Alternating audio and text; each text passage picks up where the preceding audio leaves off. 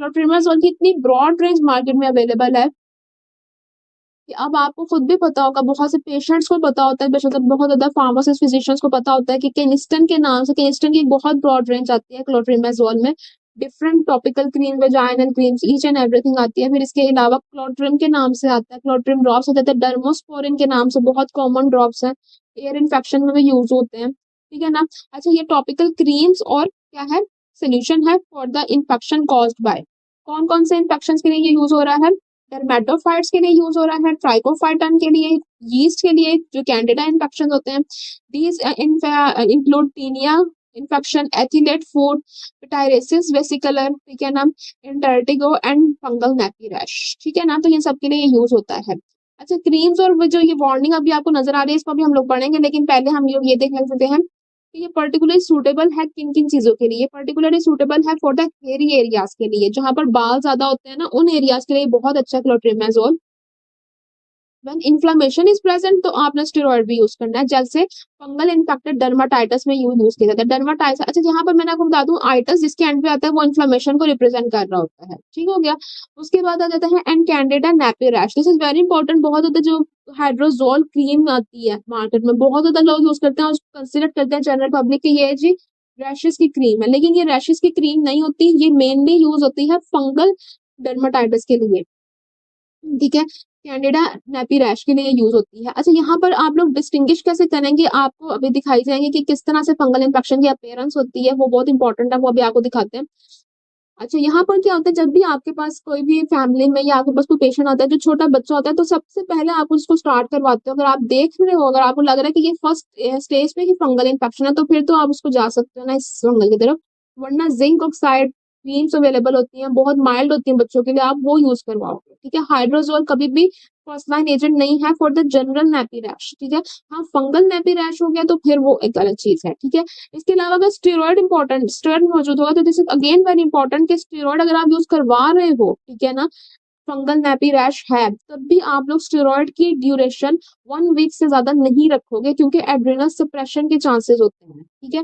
And this is very very important, क्योंकि बच्चों की स्किन एक तो बहुत ज्यादा जो है वो सॉफ्ट होती है, एब्जॉर्प्शन के चांसेस ज्यादा होते हैं, स्टेरॉइड ज्यादा एब्जॉर्ब हो रहा होता है। एड्रेनल सप्रेशन हो गई तो आप being a pharmacist, being a physician, आपको खुद पता है कि ये कितना ज्यादा स्वेयर है उसकी ग्रोथ के लिए, उसकी डेवलपमेंट के लिए, अगर एड्रेनल सप्रेशन हो जाती है तो, ठीक हो गया ना। तो ये जब बात आती है कि अगर नेपी रैश है, स्टेरॉइड यूज हो रहा है नेपी रैश के लिए, तो फिर 1 वीक से ज्यादा आप एक्सीड नहीं करोगे, ठीक हो गया। मैं बस ये बात, अप्लाई करना होता है जो clotrimazole twice to 3 times a day, ठीक है ना, continue to apply for 2 weeks even after the resolution of infection, this is for the prevention of recurrence, ठीक है ना, ताकि दोबारा से फंगल इन्फेक्शन ना हो।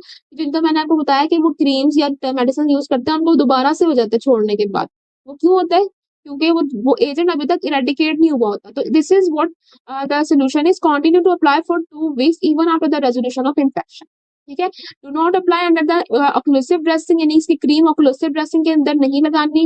And non occlusive clothing should be worn, बहुत टाइट कपड़े ना पहने, बहुत ज्यादा जो होता है ना, ऊपर स्वेटर भी पहन लिया, ये भी पहने, वो भी पहन लिया, हीटर के आगे बैठ के जाके, ये चीजें थोड़ी सी अवॉइड करनी है अगर सर्दियों में अगर आप लोग इसको यूज कर रहे हैं, क्योंकि नमी जो है वो आ जाती है आपकी बॉडी में, जहां पर आपके बहुत ज्यादा जो है ना फोल्ड होते हैं, बॉडी फोल्ड्स में बहुत ज्यादा ये फंगल इन्फेक्शन डेवलप होते हैं। Steroid should not be use in the case of impaired circulation, अगर बॉडी में कहीं पर भी इम्पेयर्ड सर्कुलेशन है तो स्टेरॉइड यूज नहीं करना वहां पर, ठीक हो गया। उसके बाद आ जाता है हमारे पास, अगर हम लोग फंगल एंटी फंगल क्रीम्स की बात करें, ठीक है, तो सबसे पहले क्रीम्स किसके लिए अवेलेबल है, creams indicated for the vulvo vaginal symptoms के लिए, जैसे इचिंग बहुत ज्यादा हो रही है वुल्वो वेजाइनल एरियाज में, यूजुअली वो ऐसा होता है, बहुत ज्यादा कंडीशन होती है, यूजुअली डायबिटिक पेशेंट में ऐसा होता है कि उनको फंगल इन्फेक्शन डेवलप हो जाता है, ठीक है ना। तो वुल्वो वेजाइनल के इन्फेक्शन के लिए, जैसे इचिंग हो रही है, बर्निंग जलन होने लग गई है उस एरिया में, रेडनेस हो गई है, स्वेलिंग हो गई है, सोरनेस हो गई है,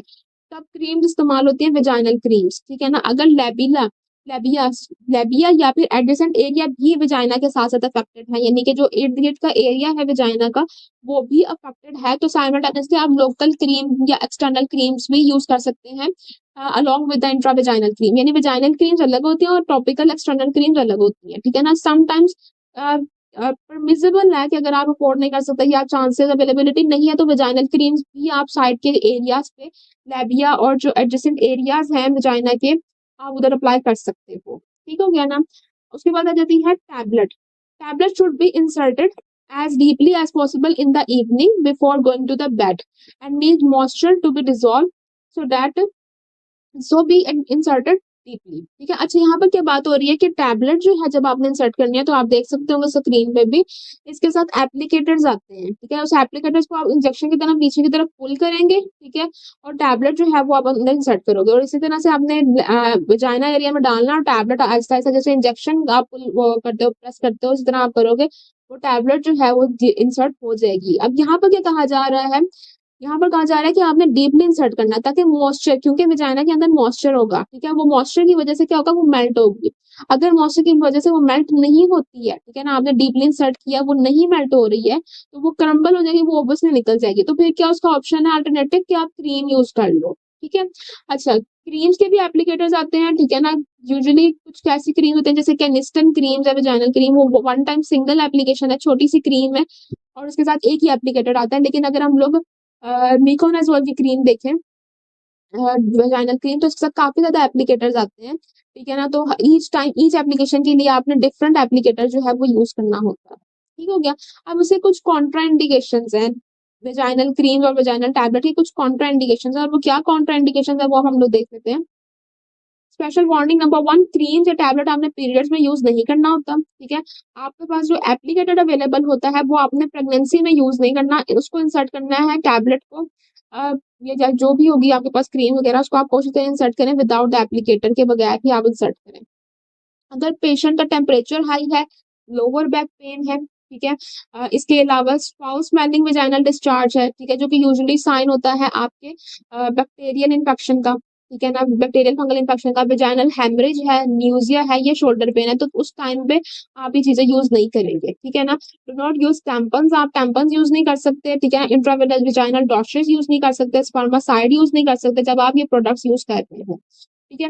उसके बाद अवॉइड करना है वेजाइनल इंटरकोर्स को अवॉइड करें। The partner should also undergo the treatment in the case of the symptoms like प्रोराइटिस and inflammation. अगर हो तो पार्टनर को भी आपने सेम जो ट्रीटमेंट है वो यूज करवाना है, जो भी आपको obviously it will not be only comprises of antifungal creams, it must also comprise of sometimes many medicine, oral medicine. तो आपने वो ओरल मेडिसिन जो है वो भी यूज करवानी है अपने पार्टनर।